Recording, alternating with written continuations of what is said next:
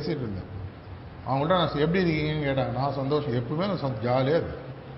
உடம்பு எப்படி இருக்குது, பிரச்சனை இருக்குது, வீட்டில் எல்லாம் நல்லா இல்லை, ஆனால் சந்தோஷமாக இருக்குது. நிஜமாக நான் ஜாலியாக இருக்கேன். ரொம்ப வருஷமாக நான் ஜாலியாக இருக்கேன். பிரச்சனையே கிடையாது. ஜாலியாக சிரிப்பேன், ஜோக் அடிப்பேன், அட்டை அடிப்பேன், சீரியஸாக வேலை செய்யும்போது செய்வேன். ஏன்னு சொன்னால் துக்கப்படுவதற்கு இந்த வாழ்க்கையில் ஒன்றுமே இல்லை. நேற்று நான் நெய்வேலி சென்டர் ஓப்பன் பண்ணும்போது சொன்னேன், இன்றைக்கி நீங்கள் இங்கே இருக்கீங்கன்னா இயற்கைக்கு நீங்கள் நன்றி சொல்லணும். நேற்று உலகத்தில் இருந்த விதத்தில் 1% மக்கள் இன்றைக்கி இல்லை.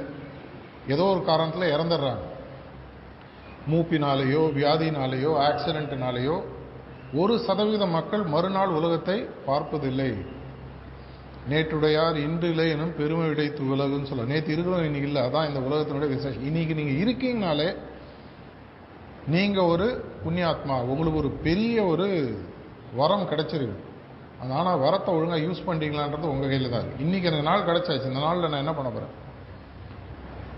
இந்த நாளை நான் சரியாக உபயோகித்து என்னுடைய குறிக்கோளை இன்றே அடைய முடியுமானா பாபாஜி முடியுன்றார். I can take you from here to there in no time.